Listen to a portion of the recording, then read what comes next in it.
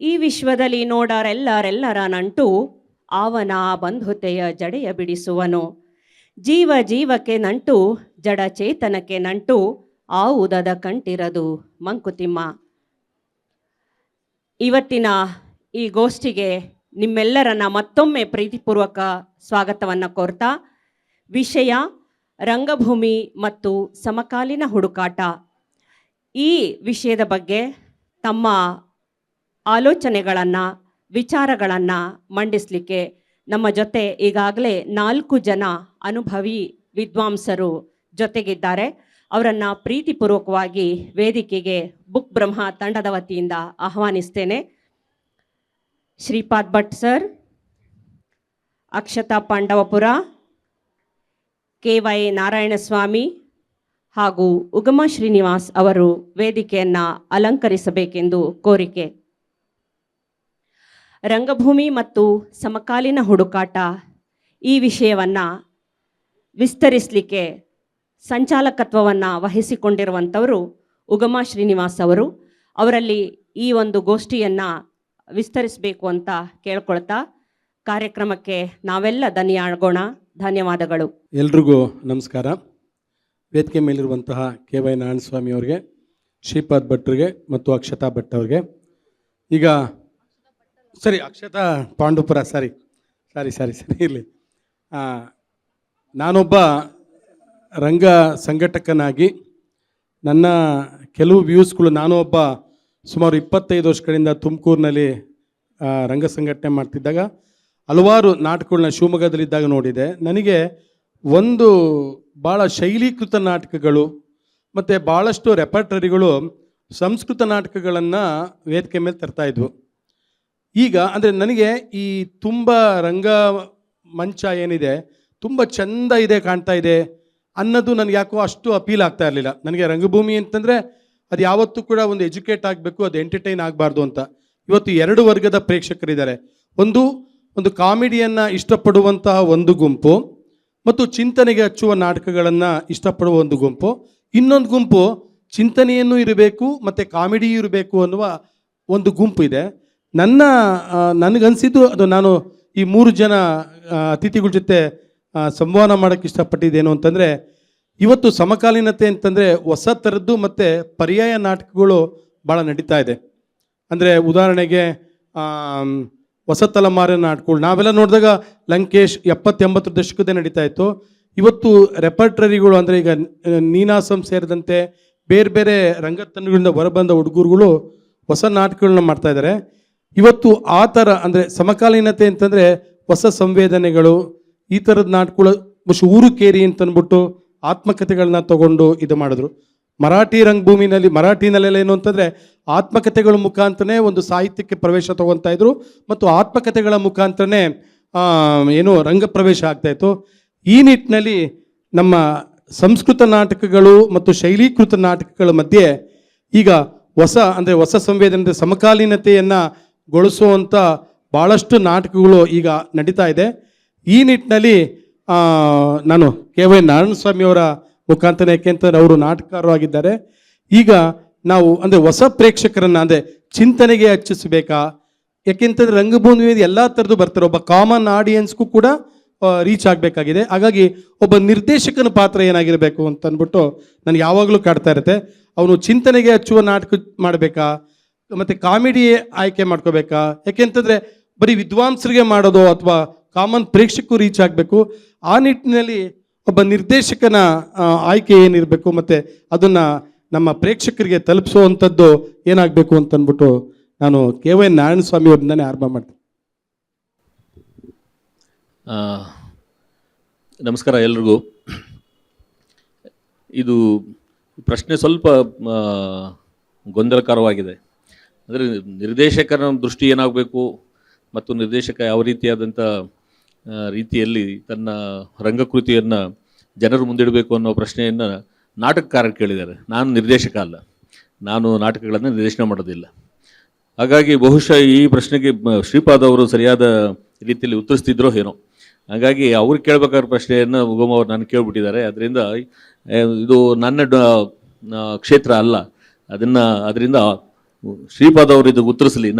ನಾನು ಉತ್ತರಿಸಬಹುದಾದ ಪ್ರಶ್ನೆ ಬಂದಾಗ ನಾನು ಅದಕ್ಕೆ ಉತ್ತರ ಕೊಡ್ತೇನೆ. ನಾಟ್ಯಶಾಸ್ತ್ರದಲ್ಲಿ ಅದರಲ್ಲಿ ಬರುವ ಒಂದು ಮುಖ್ಯ ಕಥೆ ಏನಿದೆ, ಆ ಕಥೆ ಈ ಸಮಸ್ಯೆಯನ್ನು ಇಟ್ಟುಕೊಂಡು ಹುಟ್ಟಿದ್ದು.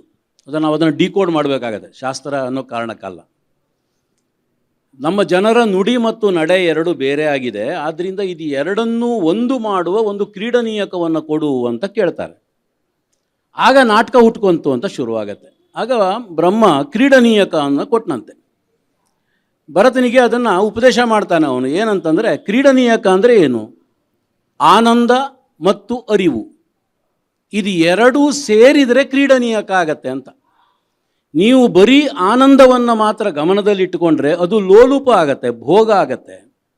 ಬರೀ ಅರಿವನ್ನು ಮಾತ್ರ ಗಮನದಲ್ಲಿ ಇಟ್ಟುಕೊಂಡ್ರೆ ಅದು ಶುಷ್ಕ ಆಗ್ತದೆ, ಇವತ್ತಿನ ನಮ್ಮ ಸ್ಕೂಲ್ ಕಣ್ಣಂಗೆ ಕಾಣುತ್ತೆ. ಆದ್ದರಿಂದ ಆನಂದ ಮತ್ತು ಅರಿವು ಎರಡು ಬೆರೆತರೆ ನಾಟಕ ಆಗತ್ತೆ ಅಂತ. ಆದ್ದರಿಂದ ನಾಟಕದ ಹುಟ್ಟಿನಲ್ಲಿಯೇ ಈ ಆನ್ಸರ್ ಇದೆ.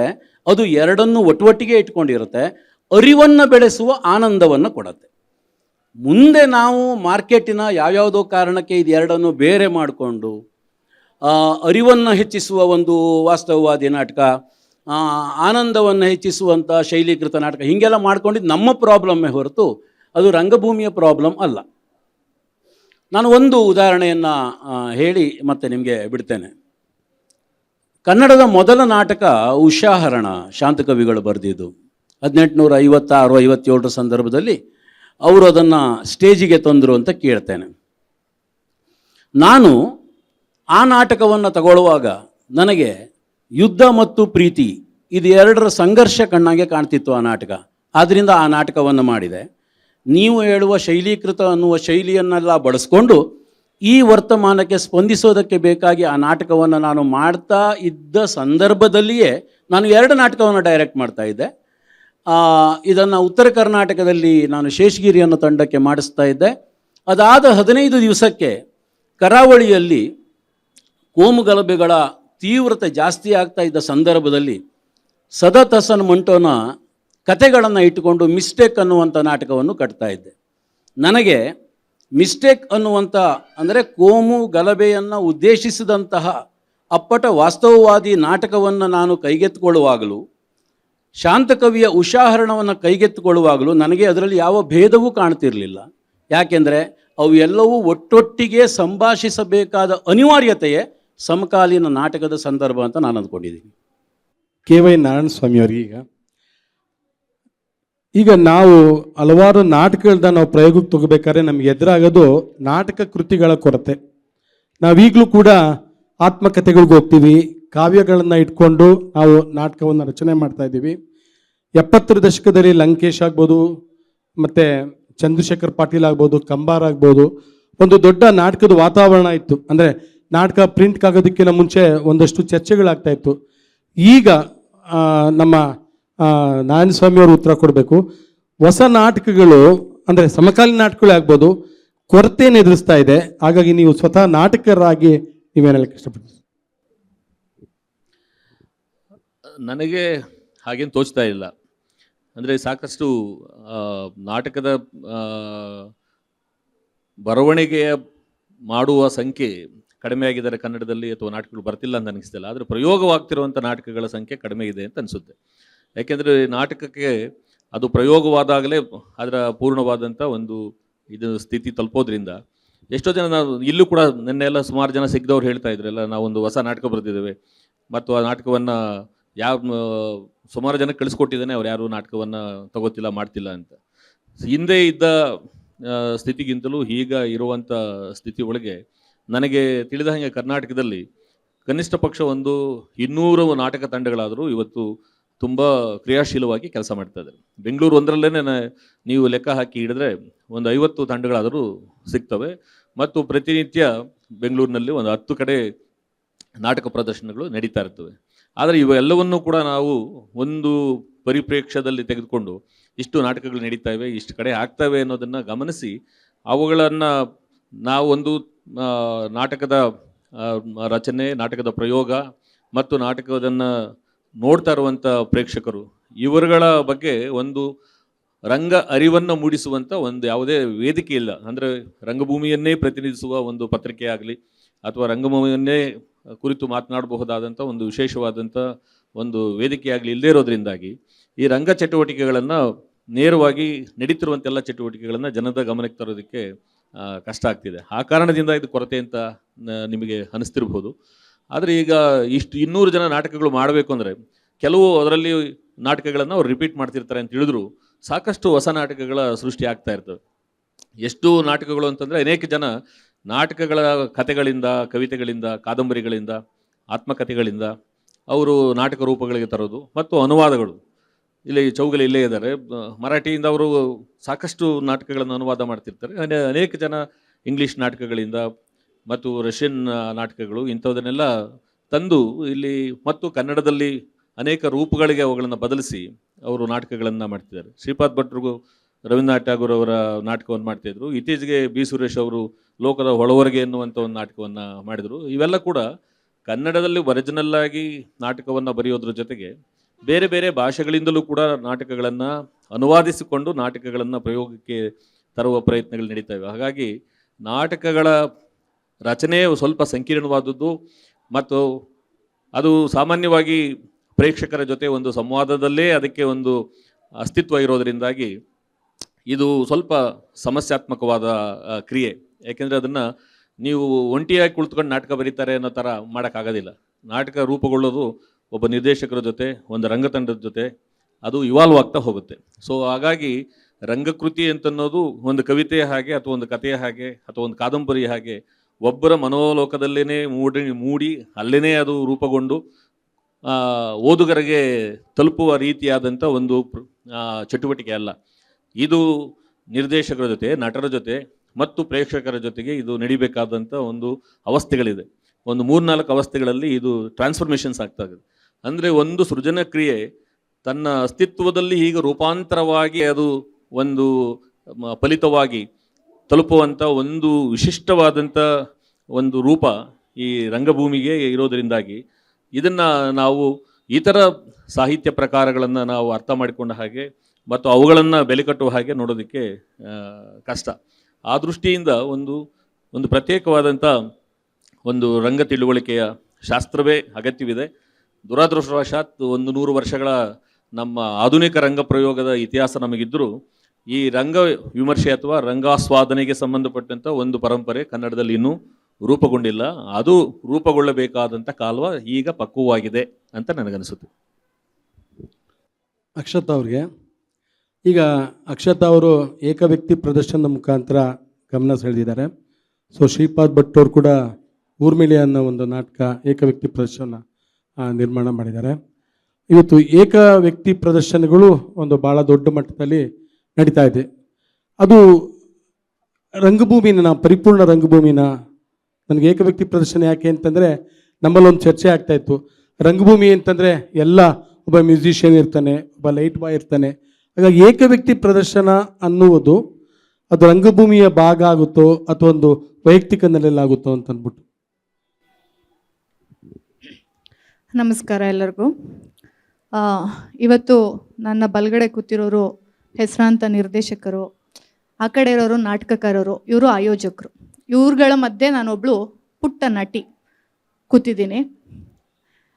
ಏಕವ್ಯಕ್ತಿ ನಾಟಕ ತುಂಬ ಜನ ಆಯೋಜನೆ ಮಾಡಿಸಿ ಅಂತ ನಾನು ಕೇಳುವಾಗ ನಾವು ಏಕವ್ಯಕ್ತಿ ನಾಟಕನ ಮಾಡಿಸಲ್ಲ ಅಂತಾರೆ. ಆವಾಗ ನನಗೆ ದೂಸರ ಮಾತೇ ಇರಲ್ಲ, ವಾಪಸ್ ಮಾತಾಡೋಲ್ಲ. ಅದು ಅವರ ಒಂದು ಯೋಚನೆ. ಏಕವ್ಯಕ್ತಿ ನಾಟಕಗಳನ್ನ ಇನ್ನೂ ನಾಟಕ ಅಂತ ನಾಟಕ ರಂಗದಲ್ಲೇ ಇರೋರು ಪರಿಗಣಿಸಿಲ್ಲ, ಬೇರೆಯವರು ಬಿಟ್ಟಿದ್ದು. ಈಗ ನಾನೊಬ್ಳು ನಟಿ ಅನ್ನೋದಕ್ಕಿಂತ ಹೆಚ್ಚಾಗಿ ಹ್ಯೂಮನ್. ನನಗೆ ತುಂಬ ವಿಷಯಗಳು ಹೇಳಬೇಕಾಗಿದೆ. ಯಾವುದ್ರ ಮುಖಾಂತರ ಹೇಳಿ? ನನ್ನ ಮಾಧ್ಯಮ ರಂಗಭೂಮಿ, ಆಮೇಲೆ ನಾನು ನಟಿ. ರಂಗಭೂಮಿ ಮುಖಾಂತರ ನಾನು ಹೇಳಬೇಕು, ಆದರೆ 4 ಜನ ನಾವು ಒಗ್ಗೂಡಿಸ್ಬೇಕು, ಕೂತು ಕೆಲಸ ಮಾಡಬೇಕು, ರಿಹರ್ಸಲ್ ಮಾಡಬೇಕು, ದಿನಗಳು ಕಳಿಬೇಕು, ಸೆಟ್ ಹಾಕಬೇಕು, ಲೈಟ್ಸ್ ಹಾಕಬೇಕು ಅಂದಾಗ ನನ್ನ ಹತ್ರ ಹೊಂದಿಸ್ಕೊಳ್ಳೋಕ್ಕಾಗಲಿ ಅದನ್ನು ಎಕ್ಸ್ಪ್ಲೋರ್ ಮಾಡೋಕ್ಕಾಗಲಿ ಯಾವುದೇ ಹಣ ಇರಲ್ಲ. ಬೆಂಗಳೂರಲ್ಲಿ ಬೇರೆ ಥರ ನಾವು ಜೀವನ ಕಟ್ಕೊಂಡಿರ್ತೀವಿ, ಇಲ್ಲಿ ಎಷ್ಟು ಕಷ್ಟ ಅನ್ನೋದು ನಮ್ಗೆ ಗೊತ್ತಿರುತ್ತೆ.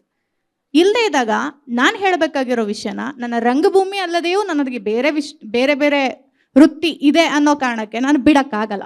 ನಾನು ಹೇಳಲೇಬೇಕು, ನನ್ನ ಮಾಧ್ಯಮ ರಂಗಭೂಮಿ. ಹಾಗಾಗಿ ನಾನೇ ನನ್ನ ದೇಹ ಮತ್ತು ನನ್ನ ಮನಸ್ಸು ಇವೆರಡನ್ನ ಆಯುಧವಾಗಿಟ್ಕೊಂಡು ಏಕವ್ಯಕ್ತಿ ಪ್ರಯೋಗನ ಕಟ್ಬಿಟ್ರೆ ಮುಗೀತಾ? ನೋಡೋರು ಬೇಕು, ನೋಡೋರಿಗೆ ಆಯೋಜಕರು ಬೇಕು. ಆಯೋಜಕರನ್ನ ಹುಡುಕ್ತಾ ಹೊರಟಿದ್ದು.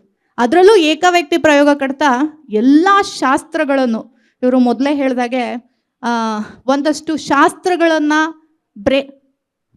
ಪ್ರಣಾಮ ಎಲ್ಲರೂ ನಷ್ಟ ಮಾಡಿದ್ರ? ಇದು ನಿಮ್ಗೆ ಇಂಪ್ಯಾಕ್ಟ್ ಆಗಿದೆಯೋ? ಹೇಗಿದ್ದೀರಾ? ಎಲ್ಲ ತಿಂಡಿ ತಿಂದ್ರಾ? ಇಂಪ್ಯಾಕ್ಟ್ ಇದೆಯೋ? ಇಷ್ಟೇ ಸರಳತೆನ ನಾನು ಹೇಳಬೇಕಾಗಿತ್ತು ರಂಗಭೂಮಿ ಮುಖಾಂತರ.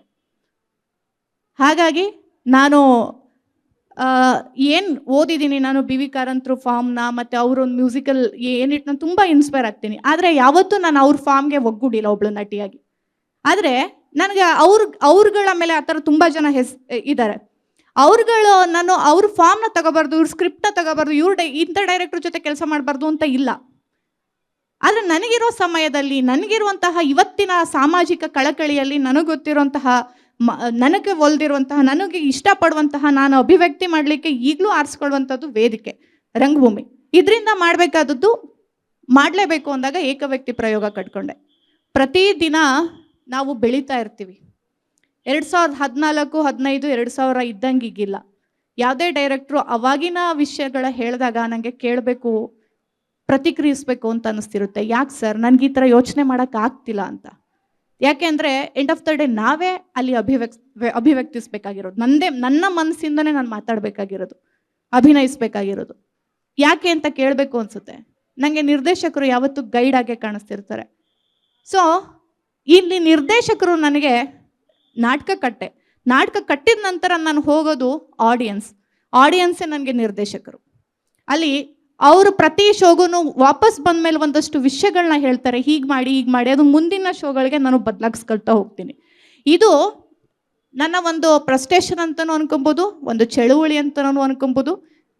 ಇವೇನೂ ಇಲ್ಲದೆ ಸುಮ್ಮನೆ ಕೂರ್ಬೋದು ನಾನು, ಆದರೆ ಕೂರಕ್ಕಾಗಲ್ಲ. ಹೀಗೆ ಇವಾಗ ಹೋಗ್ಬಿಟ್ಟು ನಾನು ಏನಾದರೂ ಇವತ್ತು ಜನ ಹೆಂಗೆ ಬದುಕ್ತಿದ್ದಾರೆ, ಎಲ್ಲ ಎಂಟರ್ಟೈನ್ಮೆಂಟ್ ಅನ್ನೋದು ಮೊಬೈಲಲ್ಲಿ ಬಂದು ಕೂತಿರ್ಬೇಕಾದ್ರೆ ನಾವು ನಾಟಕ ಮಾಡ್ತೀವಿ ಅಂದ್ರೇ ನಗ್ತಾರೆ. ನಿಂಗೆ ಏನಮ್ಮ ಬಂದಿರೋದು ನಾಟಕ ಮಾಡ್ತಿದ್ಯಾ ಅಂತ. ಎಂಟರ್ಟೈನ್ಮೆಂಟ್ ಅನ್ನೋದು ಮೊಬೈಲಲ್ಲಿ ಕೂತಿರುವಾಗ ನಾನು ಹೋಗ್ಬಿಟ್ಟು ಸ್ಟ್ಯಾಂಡಪ್ ಕಾಮಿಡಿ ಮಾಡಲಾ ಅಥವಾ ಒಂದು ಮೈಕ್ ಇಟ್ಕೊಂಡು ಹಾಡ್ಲಾ? ಇವು ಬೇಗ ರೀಚ್ ಆಗುತ್ತೆ, ಇದು ಬೇಗ ಆಯೋಜನೆ ಮಾಡಿಸ್ಬೋದು, ಒಂದು ಲೈಟ್ ಹಾಕಿ ಒಂದು ಮೈಕ್ ಕೊಟ್ಟು. ಅದಲ್ಲದೆ ನಾನು ತುಂಬ ವಿಷಯಗಳನ್ನ ಹೇಳಬೇಕು. ತುಂಬ ನಿಜವಾದ ಸವಾಲಿದು. ಎಷ್ಟು ಹುಡುಕ್ತಾ ಹೋದಷ್ಟು ನಾವು ನಿಜವಾಗ್ಲೂ ಇವತ್ತಿನ ಪರಿಸ್ಥಿತಿಯಲ್ಲಿ ನಾವು ಎದುರಾಗಬೇಕಾಗಿರೋದು ತುಂಬ ರೂರಲ್ ಜನಕ್ಕೆ ಅನ್ನೋ ಸತ್ಯ ನನಗೆ ಇದರಿಂದ ಗೊತ್ತಾಯಿತು. ಅಕ್ಷತಾ ಹೇಳ್ತಾ ಇರುವ ಮಾತನ್ನು ನಾನು ಒಪ್ಕೋತಾನೆ. ಇದು ಬರೀ ತಾಂತ್ರಿಕ ಕಾರಣ ಅಲ್ಲ. ಈ ಏಕವ್ಯಕ್ತಿ ರಂಗಪ್ರಯೋಗಕ್ಕೆ ಒಂದು ಫಿಲಾಸಫಿಕಲ್ ಕಾರಣವೂ ಇದೆ. ಅದನ್ನು ನಾವು ಗಮನಿಸಬೇಕು. ಒಂದು, ನಿಮಗೆಲ್ಲರಿಗೂ ಗೊತ್ತಿರೋ ಹಾಗೆ ಮಹಿಳೆಯ ಪಾತ್ರವನ್ನು ಮಹಿಳೆಯೇ ಮಾಡೋಕ್ಕೆ ಶುರುವಾಗಿದ್ದೇ ಎಷ್ಟೋ ಶತಮಾನದ ನಂತರ. ಹಾಗಾಗಿ ಶೇಕ್ಸ್ಪಿಯರ್ ಸಹ ಹುಡುಗರು ಹುಡುಗಿಯರ ರೋಲ್ ಮಾಡೋದಕ್ಕೆ ಬೇಕಾಗುವಂಥ ರೋಲನ್ನು ಮಾತ್ರ ಸೃಷ್ಟಿ ಮಾಡ್ತಾ ಇದ್ದ. ಯಾಕೆ ಅಂತಂದರೆ ಅರ್ಧದ ನಂತರ ಮತ್ತೆ ಅವನು ಹುಡುಗನಾಗಿ ಸ್ಟೇಜಿಗೆ ವಾಪಸ್ ಬರಬೇಕು. ಹಾಗಾಗಿ ಆ ನಾಟಕಗಳಲ್ಲಿ ಮೊದಲು ಹುಡುಗ ಹುಡುಗಿಯಾಗಿ ಕಾಣಿಸ್ಕೊತಾನೆ, ಆನಂತರ ಹುಡುಗನಾಗಿ ಕಾಣಿಸ್ಕೊಳ್ಳುವ ರೋಲನ್ನು ಸೃಷ್ಟಿ ಮಾಡ್ಕೋತಿದ್ದ. ಅದು ಅನಿವಾರ್ಯ ಆಗೋಗಿತ್ತು ಆ ಕಾಲದಲ್ಲಿ. ಅಂದರೆ ನಾಟಕದ ಪ್ರಯೋಗದಲ್ಲಿ ಹೆಣ್ಣು ಅದರ ಅಸ್ತಿತ್ವವನ್ನು ಕಾಣಿಸೋದಕ್ಕೆ ಎಷ್ಟೋ ಶತಮಾನಗಳು ಕಳೆದೋಗಿವೆ. ಹಾಗಾಗಿ ಮಹಿಳೆಯ ಒಳತೋಟಿಯನ್ನು ಅವಳು ನೇರವಾಗಿ ಮಾತನಾಡೋಕ್ಕೆ ಬೇಕಾದಂತಹ ಸಬ್ಜೆಕ್ಟ್ಗಳು, ನಾಟಕಗಳು, ಪಾತ್ರಗಳು ರಂಗಭೂಮಿಯಲ್ಲಿ ಅತ್ಯಂತ ಕಡಿಮೆ ಇದ್ದಾವೆ. ಇಂಥ ಸಂದರ್ಭದಲ್ಲಿ ದಾರಿಯೋ ಮತ್ತು ಅವರ ಅಲ್ಲನ್ ಪೋ ಅಲ್ವಾ ಮಿಸ್ಸಸ್ ಅವರು ಕುಡ್ಕೊಂಡು ಈ ಫಾರ್ಮನ್ನು ಇಡೀ ಜಗತ್ತಿನಾದ್ಯಂತ ಪ್ರಚಾರ ಮಾಡಿದರು. ಏನಂದರೆ ಫ್ಯಾಕ್ಟ್ರಿಯಲ್ಲಿ ಕೆಲಸ ಮಾಡ್ತಿರೋ ಒಂದು ಮಹಿಳೆ ಇದ್ದಾಳೆ, ಅವಳು ಸಮಸ್ಯೆ ಹೇಳಬೇಕಾಗಿದೆ, ಅಂತಿಗೊನೆಯಲ್ಲಿ ಹೇಳೋಕ್ಕಾಗ್ತಿಲ್ಲ, ಅದನ್ನ ಇಡೀಪಸ್ನಲ್ಲಿ ಹೇಳೋಕ್ಕಾಗ್ತಿಲ್ಲ. ಹಾಗಾಗಿ ನಾನು ನನ್ನ ಸಮಸ್ಯೆಯನ್ನು ನೇರವಾಗಿ ಮಾತನಾಡಬೇಕು ಅನ್ನುವ ಕಾರಣಕ್ಕಾಗಿ ಮಹಿಳೆ ಅಂದರೆ ಏಕವ್ಯಕ್ತಿ ಪ್ರದರ್ಶನ ಅನ್ನೋದು ಆ್ಯಕ್ಚುಲಿ ಒನ್ ವಿಮೆನ್ ಶೋ ಅಂತಲೇ ಇರೋದು. ಈಗ ಸ್ವಲ್ಪ ತೆವಲಿಗೆ ನಾವು ಮಾಡ್ಕೋತೀವಿ ಗಂಡ್ಮಕ್ಳು. ಎರಡನೇದು, ಏಕವ್ಯಕ್ತಿ ರಂಗ ಪ್ರಯೋಗ ಅಂದರೂ ಅದು ಸಮೂಹದ ಸೃಷ್ಟಿ, ಅದನ್ನು ನೆನಪಿಟ್ಕೋಬೇಕು ನಾವು. ಅಲ್ಲೊಂದು ಪಠ್ಯ ಇದೆ, ಅದು ಜನರ ಪಠ್ಯ ಇರಲಿ ಅಥವಾ ಬೇರೆಯವ್ರು ನಿರ್ಮಾಣ ಮಾಡಿದ್ದಿರಲಿ, ಅದಕ್ಕೆ ಒಬ್ಬ ನಿರ್ದೇಶಕ ಇರ್ಬೋದು, ನಿರ್ದೇಶಕ ಇಲ್ಲದೇ ಇರ್ಬೋದು. ನಿರ್ದೇಶಕರ ಜೊತೆಗೆ ಒಂದು ಸಣ್ಣ ತಕರಾರಿದೆ ಅಂತ ಅಕ್ಷತಾ ಹೇಳ್ತಿದ್ಲು. ಭಾಳ ಇಂಟ್ರೆಸ್ಟಿಂಗ್ ಸಂಗತಿ ಏನು ಗೊತ್ತುಂಟಾ, ಅಂತಿಮವಾಗಿ ನಾಟಕ ಅನ್ನೋದು ನಟರು ಮತ್ತು ಪ್ರೇಕ್ಷಕರ ನಡುವಿನ ಒಂದು ಸಂವಾದ. ನಿರ್ದೇಶಕ ಅನ್ನುವ ಪ್ರಾಣಿ ಎಕ್ಸ್ಟ್ರಾ ಬಂದು ಸೇರ್ಕೊಂಡಿದ್ದು. ಯಾಕೆ ಸೇರ್ಕೊಂಡ ಕೇಳಿದ್ರೆ ಅವನೊಂದು ಸಂಘಟಕನಾಗಿ ಸೇರ್ಕೊಂಡಿದ್ದ. ಆದರೆ ನಿಜವಾಗಿಯೂ ನಿರ್ದೇಶಕ ನಟರ ಮುಂಚೂಣಿ, ಅವನು ನಟನೆ, ಅವನು ಈ ನಟನೆಯ ಪಾರ್ಟ್ನಿಂದ ಹೊರಗಿಲ್ಲ. ಆದ್ದರಿಂದ ಅವನನ್ನು ಎಕ್ಸ್ಟ್ರಾಗಿ ನೋಡಬೇಕಾದ ಅಗತ್ಯ ಇಲ್ಲ. ಮೂರನೇದಾಗಿ, ಅದು ನಾಟಕ ಅನ್ನೋದು ಅದು ಡಯಲಾಗ್ ಅಂತ ಬಂದಿರೋದೇ ಅದಕ್ಕೆ. ಅದೊಂದು ಸಂಘರ್ಷ ಇದೆ. ಏಕವ್ಯಕ್ತಿ ಪ್ರಯೋಗದಲ್ಲಿ ಒಬ್ಬರೇ ಇರ್ತಾರಲ್ಲ ಕೇಳಿದ್ರೆ, ಅವರು ಇಡೀ ಸಮಾಜದ ಜೊತೆಗೆ ಸಂಘರ್ಷ ಮಾತಾಡ್ತಿರ್ತಾರೆ. ಹಾಗಾಗಿ ಅಲ್ಲೂ ಒಂದು ಡಯಾಲಾಗ್ ಇದೆ, ಅಲ್ಲಿಯೂ ಒಂದು ಸಂಘರ್ಷ ಇದೆ. ಹಾಗಾಗಿ ರಂಗಭೂಮಿಯ ಇಡೀ ಸಾಮೂಹಿಕ ಚಟುವಟಿಕೆ ಏನು ನಾವು ಕರಿತೀವಿ, ಇಡೀ ಸಮೂಹ ಏಕವ್ಯಕ್ತಿ ರಂಗ ಪ್ರಯೋಗದಲ್ಲಿಯೂ ಇರುತ್ತೆ. ಆದ್ದರಿಂದ ಅದು ನಾಟಕವೇ. ಮತ್ತೆ ಶ್ರೀಪಾದ್ ಭಟ್ರಿಗೆ ಹೋಗ್ತೀನಿ. ಗುಬ್ಬಿ ವೀರಣ್ಣವರು ಅವರ ಕಂಪ್ನಿ ನಾಟಕ ನಡೀತಿರ್ಬೇಕಾದ್ರೆ ಅಶೋಕವನದ ಒಂದು ಸೆಟ್ ಹಾಕ್ತಾರೆ. ಅಶೋಕವನದಲ್ಲಿ ಒಂದು ಮಾವಿನ ಮರ ಹಾಕ್ತಾರೆ. ಆದರೆ ಅಲ್ಲಿ ಮಾವಿನಕಾಯಿ ಸಿಗಲ್ಲ ಮಾವಿನ ಮರಕ್ಕೆ ಹಾಕಕ್ಕೆ. ಅವಾಗ ಏನಾಗುತ್ತೆ ಅಂದರೆ ಅವರು ಇದಾಕ್ಬಿಡ್ತಾರೆ, ಬಾಳೆಹಣ್ಣು ಹಾಕ್ಬಿಡ್ತಾರೆ. ಅದೊಂದು ಪುಸ್ತಕನೂ ಬಂದಿದೆ, ಮಾವಿನ ಮರದಲ್ಲಿ ಬಾಳೆಹಣ್ಣು ಅಂತ ಅಂದ್ಬಿಟ್ಟು. ಅದು ಮುಂದೆ ಕೊನೆಗೆ ಎಷ್ಟು ಪ್ರಖ್ಯಾತಿ ಆಗುತ್ತೆ ಅಂತಂದರೆ, ಮಾವಿನ ಮರಕ್ಕೆ ಬರೀ ಬಾಳೆಹಣ್ಣಷ್ಟೇ ಅಲ್ಲ, ವಡೆ, ಜಾಮೂನು, ಜಿಲೇಬಿ ಈ ಥರದ್ದೆಲ್ಲ ಕಟ್ಟಕ್ಕೆ ಶುರು ಮಾಡ್ತಾರೆ. ಒಬ್ಬ ವಿದ್ವಾಂಸರೊಬ್ಬರು ಏನು ಹೇಳ್ತಾರೆ ಅಂತಂದರೆ, ಒಂದು ಆಧುನಿಕ ರಂಗಭೂಮಿಗೆ ಗುಬ್ಬಿ ಕಂಪ್ನಿನೇ ಕಾರಣ ಅಂತ ಅಂದ್ಬಿಟ್ಟು. ಅಂದರೆ ಅಲ್ಲಿಂದ ಆ ಥರದೊಂದು ಶಿಫ್ಟ್ ಆಯಿತು ಅಂತ ಅಂದ್ಬಿಟ್ಟು. ನನ್ನ ಪ್ರಶ್ನೆ ಏನು ಅಂತಂದರೆ, ಈಗ ಹಿಂದೆ ನಾವು ಒಂದು 20 ವರ್ಷದ ಕೆಳಗೆ ನೋಡಿದ ನಾಟಕಗಳಲ್ಲಿ ಸೆಟ್ಗಳ ಭಾರ ಇತ್ತು. ಒಬ್ಬ ರೆಪರ್ಟರಿ ಕೆಲಸ ಮಾಡಿದಂಥ ಒಬ್ಬ ಕಲಾವಿದ ಅಭಿನಯ ಮಾಡೋದಕ್ಕಿಂತ ಹೆಚ್ಚಾಗಿ ಅವನು ಪ್ರಾಪರ್ಟಿಗಳನ್ನ, ಸೆಟ್ಗಳನ್ನ ಒಂಥರ ಹೊರ್ಕೊಂಡು ಹೋಗ್ಬೇಕಾಗಿತ್ತು. 1-2 ಲಾರಿಯಷ್ಟು ಇದಾಗ್ತಿತ್ತು ಏನು ಸೆಟ್ಟು ಪ್ರಾಪರ್ಟಿಗಳು. ಇವತ್ತು ಆ ಥರದೊಂದು ಟ್ರೆಂಡ್ ಬದಲಾಗಿದೆ. ಅಂದರೆ ತುಂಬ ಕಡಿಮೆ ಸೆಟ್ಟಲ್ಲಿ, ಅಂದರೆ ಸೆಟ್ಟೇ ಇಲ್ಲ ಅನ್ನೋ ಮಟ್ಟಿಗೆ ಅಂತಲೇ ಹೇಳ್ಬೋದು, ಆ ಥರದ ನಾಟಕಗಳಿದೆ ನಡೀತಾ ಇದೆ. ಅಂದರೆ ನಾಟಕ ಅಥವಾ ರಂಗಭೂಮಿ ಅಂತಂದರೆ ಸೆಟ್ಟೇ ಭಾಳ ಮುಖ್ಯನೋ ಅಥವಾ ನೀವು ತಲುಪಿಸೋದು ಭಾಳ ಮುಖ್ಯನೋ ಒಬ್ಬ ನಿರ್ದೇಶಕರಾಗಿ ತಾವು? 4 ಪ್ರಶ್ನೆ ಇದೆ ನಿಮ್ಮ ಇದರಲ್ಲಿ. ಆ 4ಕ್ಕೆ ಉತ್ತರ ಕೊಡಬೇಕು ಅಂದರೆ 3/4 ಗಂಟೆ ಹೇಳಬೇಕು. ಒಂದನ್ನು ಹೇಳ್ತೀನಿ ನೋಡಿ. ನಾನು ವಾಪಸ್ ನಾಟ್ಯಶಾಸ್ತ್ರದ ಇನ್ನೊಂದು ಅದನ್ನು ಡಿಕೋಡ್ ಮಾಡೋದಕ್ಕೆ ಪ್ರಯತ್ನ ಮಾಡ್ತೀನಿ. ಅದರಲ್ಲಿ ಈ ದೇವರಿಗೆ ನಾಟಕ ಮಾಡೋಕ್ಕೆ ಬರಲ್ಲ, ಯಾಕೆಂದರೆ ಅವರು ಅನಿಮಿಷರು, ಕಣ್ಣೇ ಮಿಡುಕ್ಸೋಕ್ಕಾಗಲ್ಲ. ಹಾಗಾಗಿ ದೇವಲೋಕದಲ್ಲಿ ನಾಟಕ ಸೃಷ್ಟಿಯಾದರೂ ಆ್ಯಕ್ಟಿಂಗ್ ಮಾಡೋಕ್ಕೆ ಭೂಲೋಕದಿಂದ ಹೋಗ್ಬೇಕಾಯ್ತು. ಅವ್ರು ಹೋದವರು ಸುಮ್ಮನಿರ್ತಾರಾ? ತರಲೆ ನನ್ನ ಮಕ್ಕಳು ಅಲ್ಲಿದ್ದರು ಎಲ್ಲ ತಲೆ ಕೆಳಗೆ ಕಾಲು ಮೇಲೆ ಮಾಡ್ಕೊಂಡಿರೋರ್ನೆಲ್ಲ ಟಿಂಗಲ್ ಮಾಡ್ತಾರೆ, ಅನುಕರಣೆ ಮಾಡ್ತಾರೆ. ಹಾಗಾಗಿ ಅಲ್ಲಿರೋ ಋಷಿಮುನಿಗಳಿಗೆಲ್ಲ ಸಿಟ್ಟು ಬಂದ್ಬಿಟ್ಟು ಅವರಿಗೆ ಶಾಪ ಕೊಡ್ತಾರಂತೆ, ನೀವು ಶೂದ್ರರಾಗಿ ಹೋಗ್ತಿ ಭೂಲೋಕಕ್ಕೂ ಅಂತ. ಆ ಇಡೀ ಇದನ್ನು ನೀವು ಡಿಕೋಡ್ ಮಾಡಿ ನೋಡಿ. ನೀವು ನಾಟಕ ಮಾಡಬೇಕು ಅಂತಂದರೆ ನೀವು ಶೂದ್ರರಾಗಬೇಕು. ಅಂದರೆ ನಿಮ್ಮ ದೇಹವನ್ನು ಬಳಸುವುದೇ ಮುಖ್ಯ. ಎರಡನೇದು, ಅದು ಮನುಷ್ಯರಿಗೆ ಮಾತ್ರ ಸಂಬಂಧಿಸಿದ್ದು, ಅಪ್ಪಟ ಮನುಷ್ಯನಿಗೆ ಸಂಬಂಧಪಟ್ಟಂಥದ್ದು ನಾಟಕ ಅನ್ನೋ ಕ್ರಿಯೆ.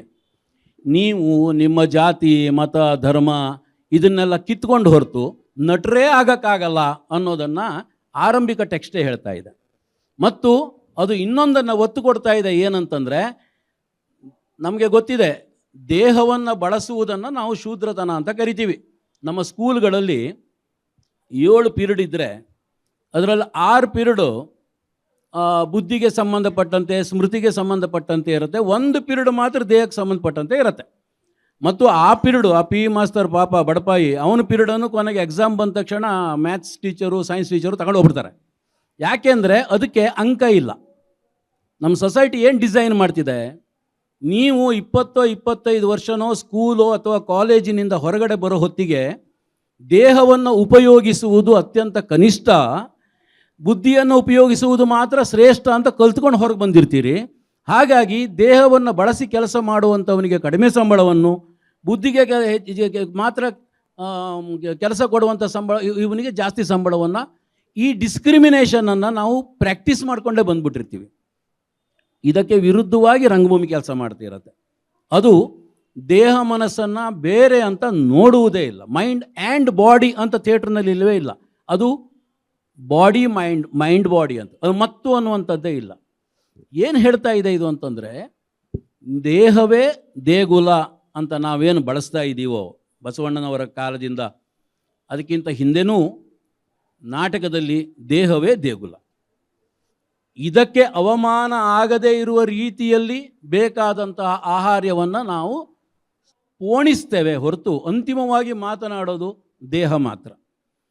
ಈಗ ನೀವು ಹೇಳಿದ ಭರ್ಜರಿ ಸೆಟ್ಗಳು ಇವೆಲ್ಲ ಆರಂಭದಲ್ಲಿ ನಟರನ್ನು ಸೆಳೆಯೋದಕ್ಕೆ ಒಂದು ಮಾರ್ಕೆಟ್ನ ಅನಿವಾರ್ಯತೆಗೆ ಹುಟ್ಟುಕೊಂಡಿದ್ದದು.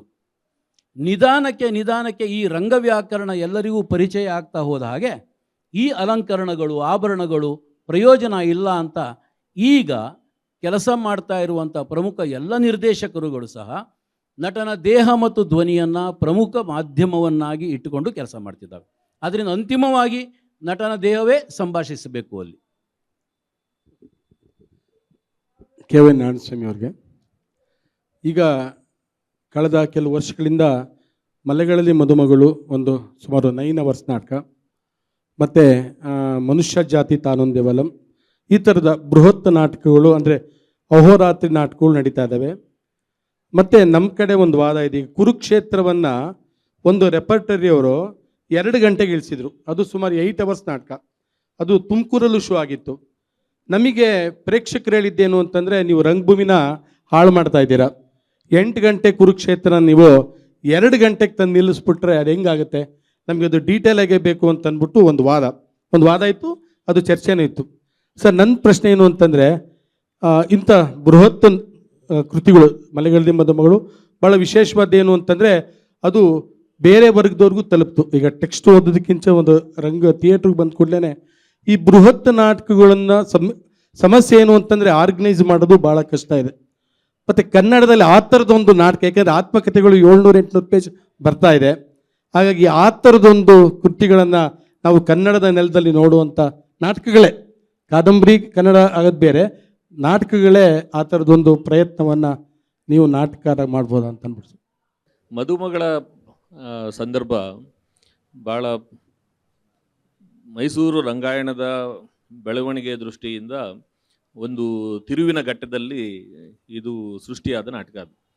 ಯಾಕೆಂದರೆ ಕೆಲವು ಸಾರಿ ಚರಿತ್ರೆ ಹೇಗಾಗ್ಬಿಡ್ತವೆ ಅಂತಂದರೆ, ಆ ಘಟನೆಗಳು ನಡೆಯುವಾಗ ಅದಕ್ಕೆ ಕಾರಣಗಳು ಏನೋ ಬೇರೆ ಇರ್ತವೆ.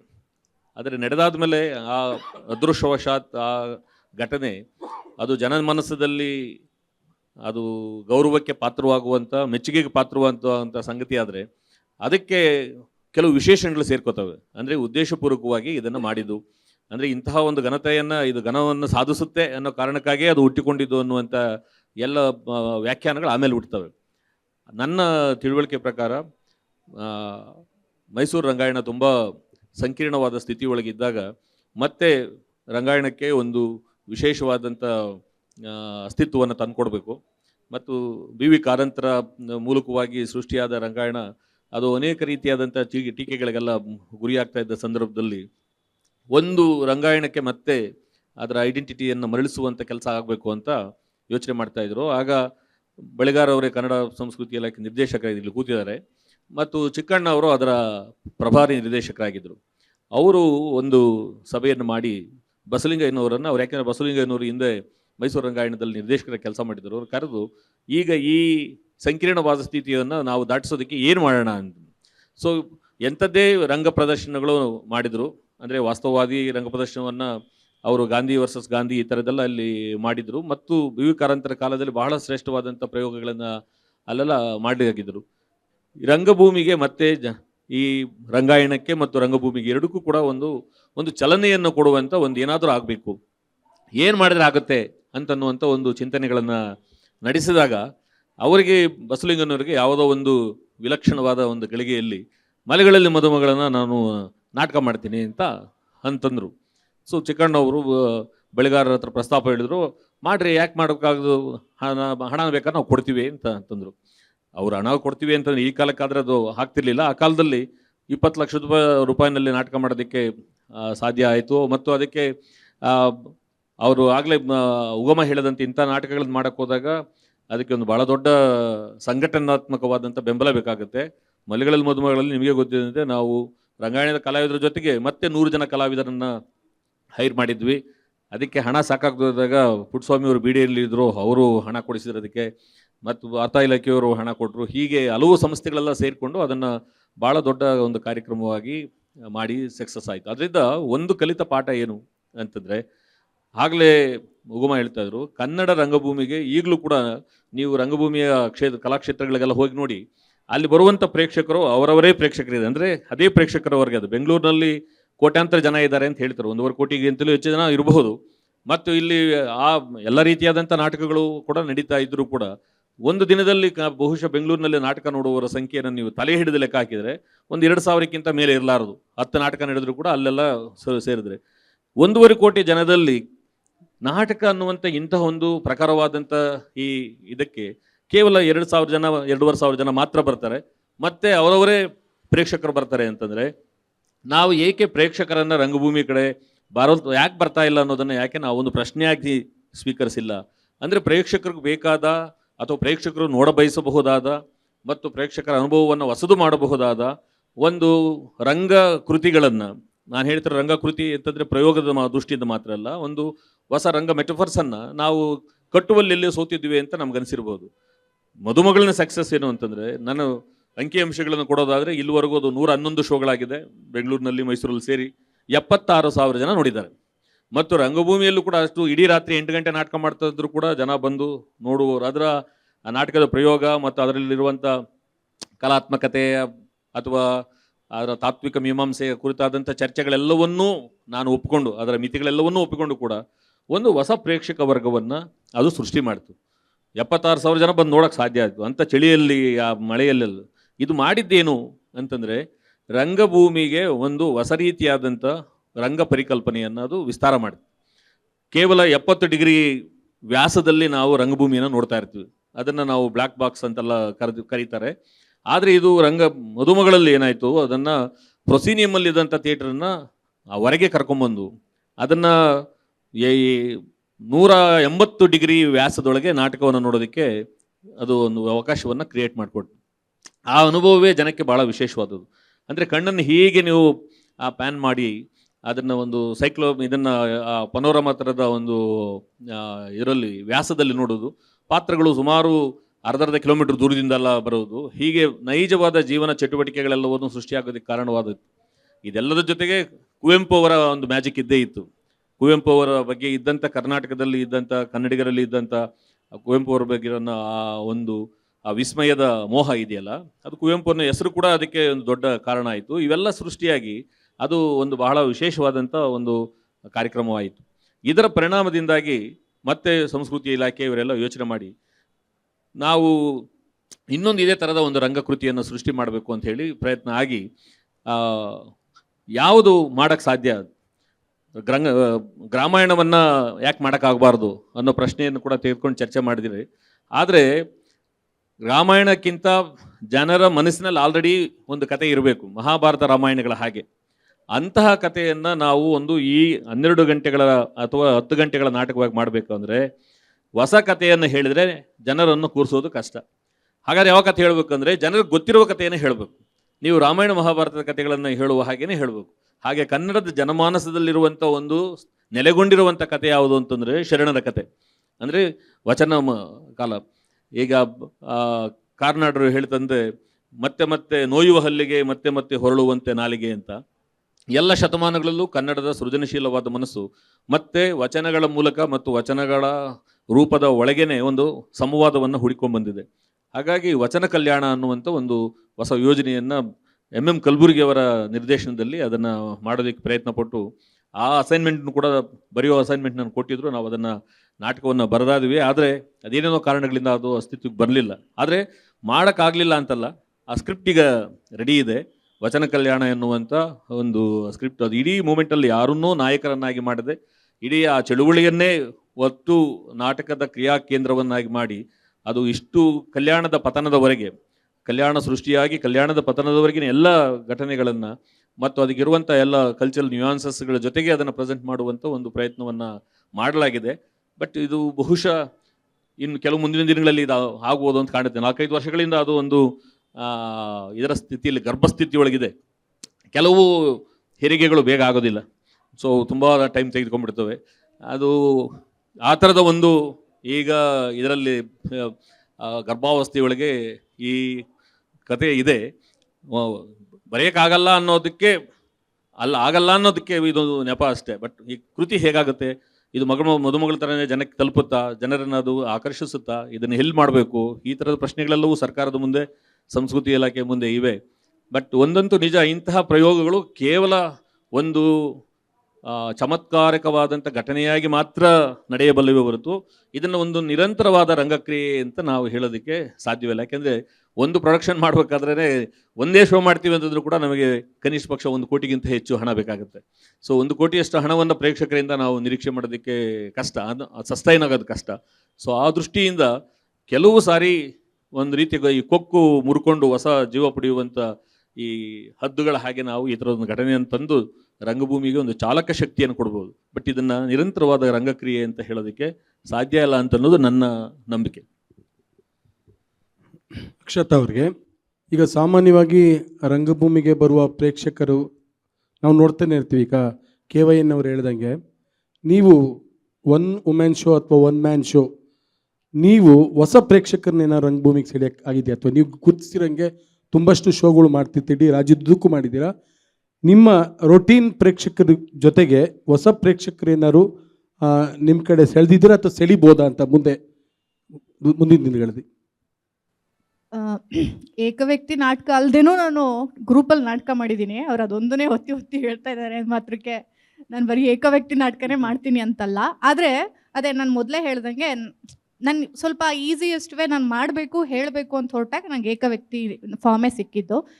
ಏಕವ್ಯಕ್ತಿನೂ ಕೂಡ ಬ್ರೇಕ್ ಮಾಡಬೇಕು ಅಂತಲೇ ನಾನು ಆಡಿಯನ್ಸಲ್ಲೇ ಬೇರೆ ಕ್ಯಾರೆಕ್ಟರ್ಗಳನ್ನ ಹುಡುಕ್ತಾ ಅವರ ಇನ್ವಾಲ್ವ್ಮೆಂಟು, ಅವ್ರನ್ನ ಸ್ಟೇಜ್ ಮೇಲೆ ಕರೆದು ಬೇರೆ ಥರ ಎಕ್ಸ್ಪಿರಿಮೆಂಟ್ ಅಂದರೆ ಈಗ ಬೇರೆ ಥರ ಕಟ್ಟೋಕ್ಕೆ ಪ್ರಯತ್ನ ಪಟ್ಟಿದ್ದು.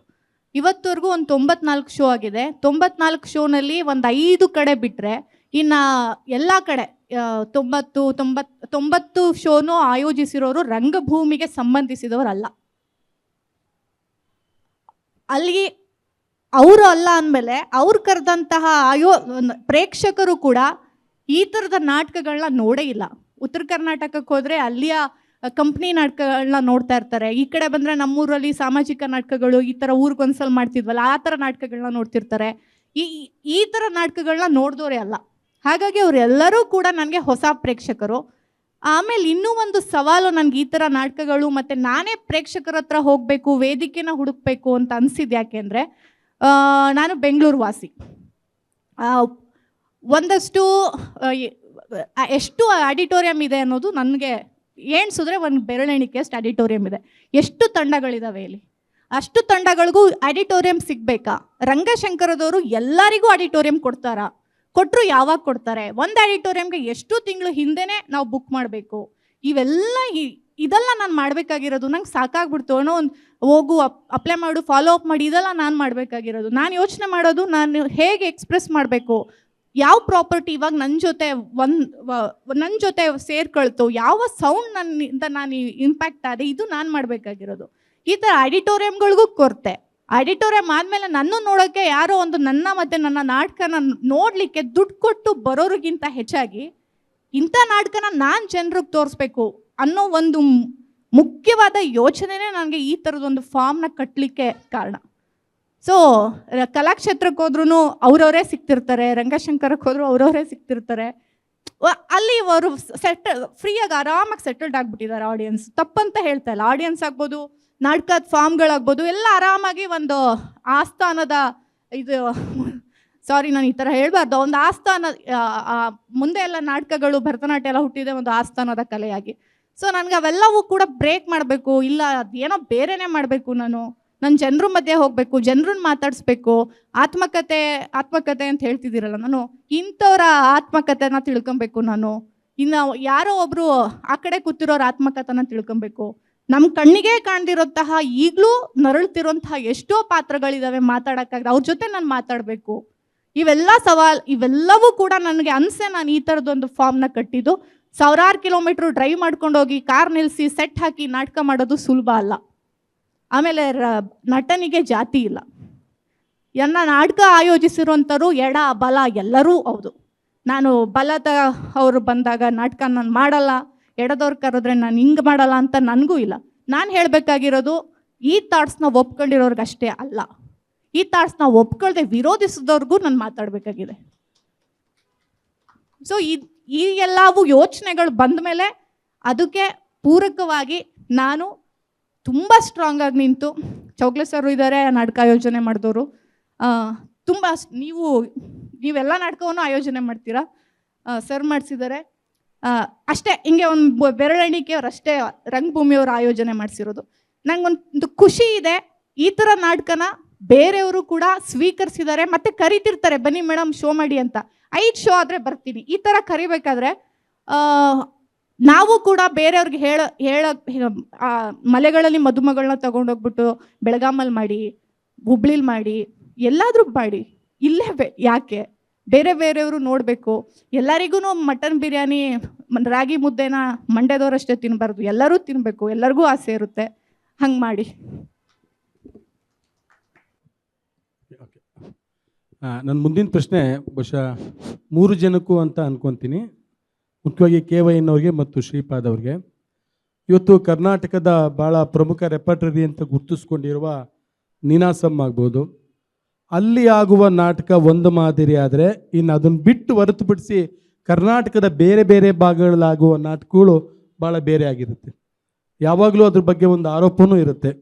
ನಾನು ಕೂಡ ಎಲ್ಲ ರೆಪರ್ಟರಿ ಆರ್ಗನೈಸರ್ ಆಗಿದ್ದರೂ ಕೂಡ ಅಲ್ಲಿ ಆಗುವ ನಾಟಕಗಳು ಒಂದು ಪಾಶ್ಚಿಮಾತ್ಯ ನಾಟಕಗಳು ಮಾಡಿಸ್ಬಾರ್ದು ಅಂತಲ್ಲ, ಸಂಸ್ಕೃತ ನಾಟಕಗಳು ಮಾಡಿಸ್ಬಾರ್ದು ಅಂತಲ್ಲ, ಆ ಥರದ ಒಂದು ಸಿದ್ಧ ಮಾದರಿಯ ನಾಟಕಗಳೇ ಹೆಚ್ಚಾಗ್ತಿರುತ್ತೆ. ಇವತ್ತು ರಂಗಾಯಣದಂಥವರು ಅಂಬೇಡ್ಕರ್ ಕುರಿತ ನಾಟಕಗಳನ್ನ ಮಾಡ್ತಿದ್ರು, ಮತ್ತು ಕನ್ನಡ ಮತ್ತು ಸಂಸ್ಕೃತಿ ಇಲಾಖೆ ಅವರು ಮತ್ತು ನಮ್ಮ ನಾರಾಯಣಸ್ವಾಮಿ ಅವರು ಈಗ ಶರಣರ ವಚನಗಳನ್ನ ಇಟ್ಕೊಂಡು ಮಾಡ್ತಿರೋದು, ಮತ್ತು ಮಲೆಗಳಲ್ಲಿ ಮದುಮಗಳು ನಾಟಕಗಳು ಆಗ್ತಾ ಇದ್ದಾವೆ.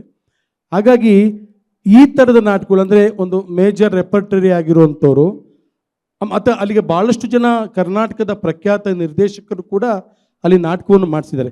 ಯಾವುದೋ ಬೆರಳೆಣಿಕೆಯಷ್ಟು ನಾಟಕಗಳು ಮಾತ್ರ ಸಾಮಾಜಿಕ ಪರಿಣಾಮ ಬೀರುವಂಥದ್ದು ಮತ್ತು ಎಲ್ಲ ವರ್ಗಗಳನ್ನು ಅಥವಾ ನೊಂದ ಸಮುದಾಯಗಳನ್ನು, ತಬ್ಬಲಿ ಸಮುದಾಯಗಳನ್ನು ತಲುಪಿಸುವಂಥ ನಾಟಕಗಳನ್ನು ಒಂದೆರಡು ಮಾಡಿರ್ಬೋದು ಬಿಟ್ಟರೆ ಭಾಳಷ್ಟು ಬೆರಳೆಣಿಕೆ ಎಷ್ಟು ಬಿಟ್ಬಿಟ್ರೆ ಭಾಳಷ್ಟು ನಾಟಕಗಳು ಒಂದು ಸಿದ್ಧ ಮಾದರಿಯ ನಾಟಕಗಳು ಆಗ್ತಾ ಇದ್ದಾವೆ.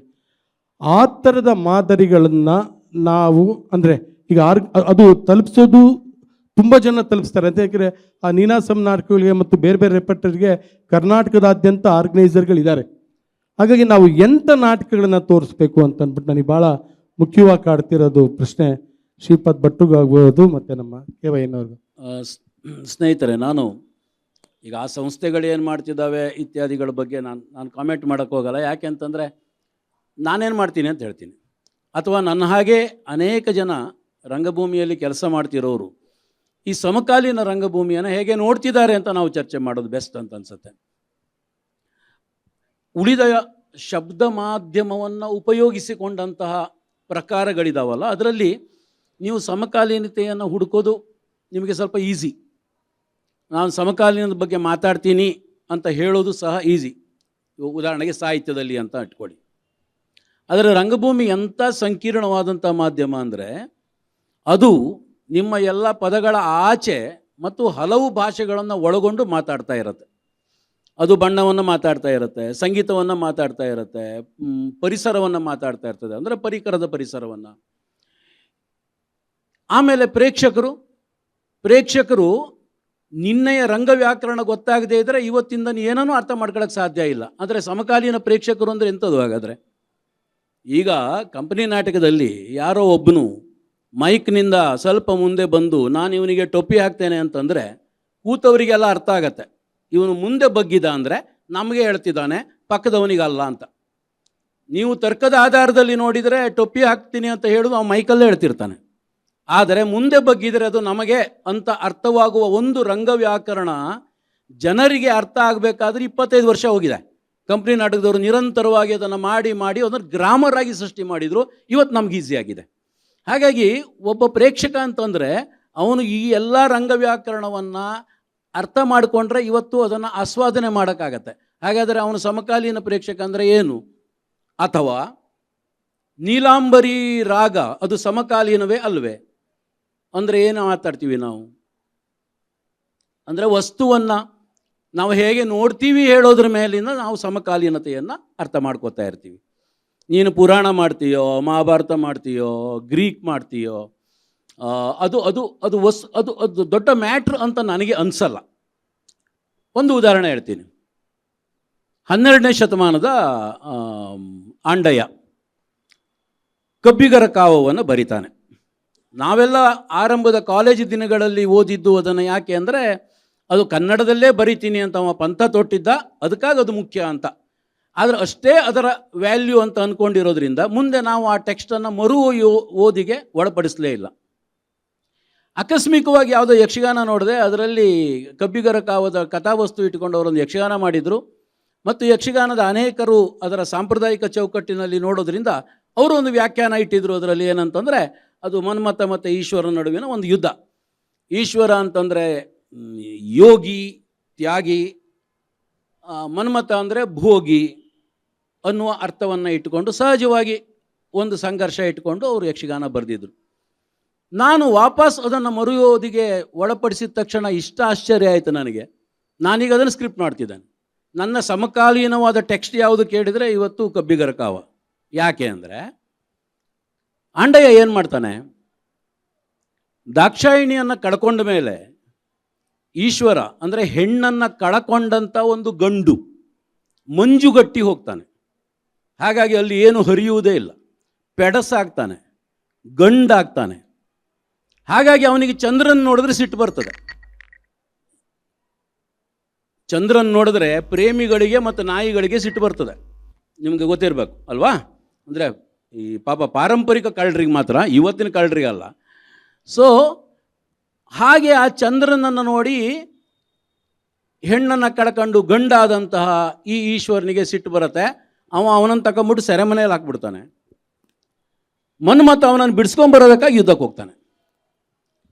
ಇಂಟ್ರೆಸ್ಟಿಂಗ್ ಏನಂತಂದರೆ ಆ ಯುದ್ಧಕ್ಕೆ ಎರಡೂ ಸೈನ್ಯಗಳು ಬರ್ತಾ ಇದ್ದಾವೆ.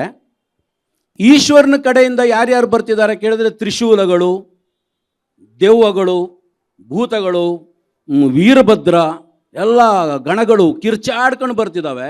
ಮನ್ಮಥನ ಕಡೆಯಿಂದ ಬರ್ತಾ ಇರೋದು ಹೂವುಗಳು, ಹಕ್ಕಿಗಳು. ಅವನ ಬಾಣವೇ ಕಬ್ಬನ್ನು ಹಿಡಿದವನವನು. ಸೊ ಮ್ಯೂಸಿಕ್ ಇದೆಲ್ಲ ಬರುತ್ತೆ. ಈ ಥರ ನೇಚರ್ ಮತ್ತು ಪೆಡಸುತನ ಎರಡರ ನಡುವೆ ಮುಖಾಮುಖಿ ಆಗತ್ತೆ.